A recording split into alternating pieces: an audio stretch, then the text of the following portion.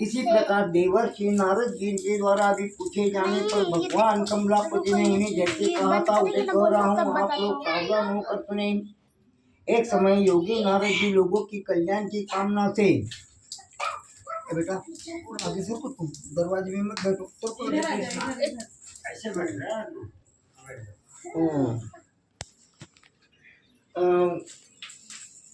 इसी प्रकार देवश्रीनाथ जी ने द्वारा पूछे जाने पर भगवान कमलापति ने उनसे जैसे कहा था उसे कहा हूँ, आप लोग सावधान होकर सुने। एक समय योगी नारद जी लोगों की कल्याण की कामना से विविध लोकों में भ्रमण करते हुए मृत्यु लोक में आए और वहाँ उन्होंने अपने कर्म फल के अनुसार नाना योनियों में उत्पन्न सभी प्राणियों को उनके प्रकार के क्लेश दुख भोगते हुए देखा तथा किस उपाय से उनके दुखों का सुनिश्चित रूप से नाश हो सकता है, ऐसा मन में विचार करके जो मृत्यु लोक को गए वाले शंकर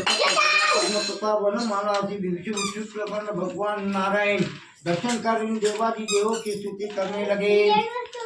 हे वाणी और मन से परे स्वरूप वाले अनंत शक्तिमान आदि मध्य और से रहित निर्गुण और सकल कल्याणमय गुण गुणों से संपन्न पावन जंगम क्षीर सृष्टि कारणीभूत तथा भक्तों की पीड़ा नष्ट करने वाले परमात्मा आपको नमस्कार है। स्तुति सुनने से अनंत भगवान श्री विष्णु ने नारद से कहा, हे माँ बाप आप किस प्रयोजन से यहाँ आए हैं, आपके मन में क्या है कहिए, यह सब मैं सुनने के आपसे बताना चाहता हूँ।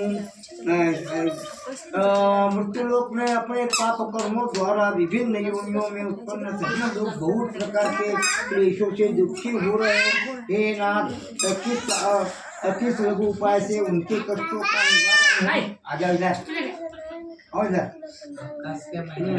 किस लघु उपाय से उनके कष्टों का निवारण हो सकता है? यदि आपका मेरे ऊपर कृपा है तो यह सब मैं सुनना चाहता हूँ, इसे बताइए। हे वत्स, संसार के ऊपर अनुग्रह करने की इच्छा से आपने बहुत अच्छी बात पूछी है। जिस व्रत के करने से प्राणी मोह से मुक्त हो जाता है उसे आपको बताता हूँ, सुने। हे वत्स, स्वर्ग और मृत्यु लोक में दुर्लभ एक महान पुण्य व्रत है। आपके स्नेह के कारण इसे आपसे कह रहा हूँ। अच्छी प्रकार विधि विधान से भगवान सत्यायन का व्रत करके मनुष्य शीघ्र ही सुख प्राप्त कर परलोक को मोक्ष प्राप्त करता है। भगवान की ऐसी वाणी सुनकर नारद मुनि ने कहा, हे प्रभु, इस व्रत को करने का फल क्या है, इसका विधान क्या है, इस व्रत को किसने किया और कब इसे करना चाहिए, यह सब विस्तार पूर्वक बतलाइए। यह सत्यायन का व्रत दुख शोक आदि का शमन करने वाला, धन धान्य की वृद्धि करने वाला, सौभाग्य और संतान देने वाला तथा सर्वोच्च विजय प्रदान करने वाला है। जिस किसी भी दिन भक्ति और श्रद्धा से समर्पित होकर मनुष्य ब्राह्मण और बंधु बांधवों के साथ घर में तत्पर होकर सायंकाल भगवान सत्यनारायण की पूजा करे। नैवेद्य रूप के उत्तम कोटि के भोजनीय पदार्थों का सवाया मात्रा में भक्तिपूर्वक अर्पित करना चाहिए।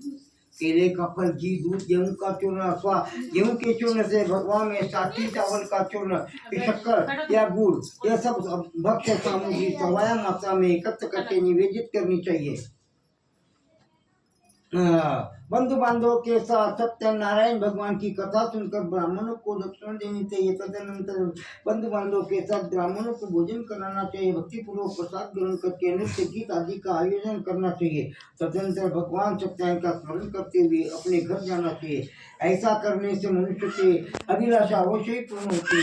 पृथ्वी लोक में यह सबसे छोटा उपाय प्रथमोध्याय बोड़ा द्वितीयोध्याय।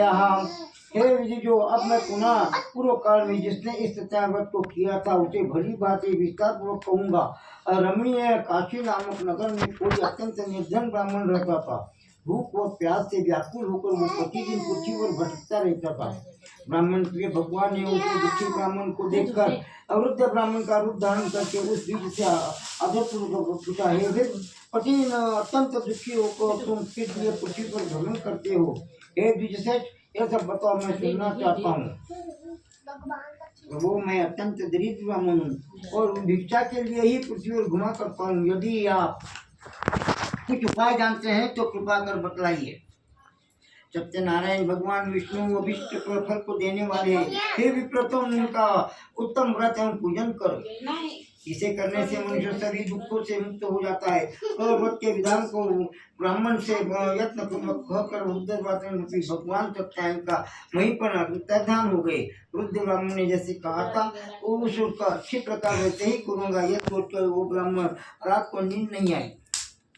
प्रातः काल उठकर सत्यायन का व्रत करूंगा ऐसा संकल्प करके वो ब्राह्मण भिक्षा के लिए चल पड़ा। उस दिन उस ब्राह्मण को बहुत सा धन प्राप्त हुआ। उसी धन से उसने बंधु बांधव के साथ भगवान सत्यायन का व्रत किया। इस व्रत के प्रभाव से वो श्रेष्ठ ब्राह्मण सभी दुखों से मुक्त होकर समस्त संपत्तियों से संपन्न हो गया।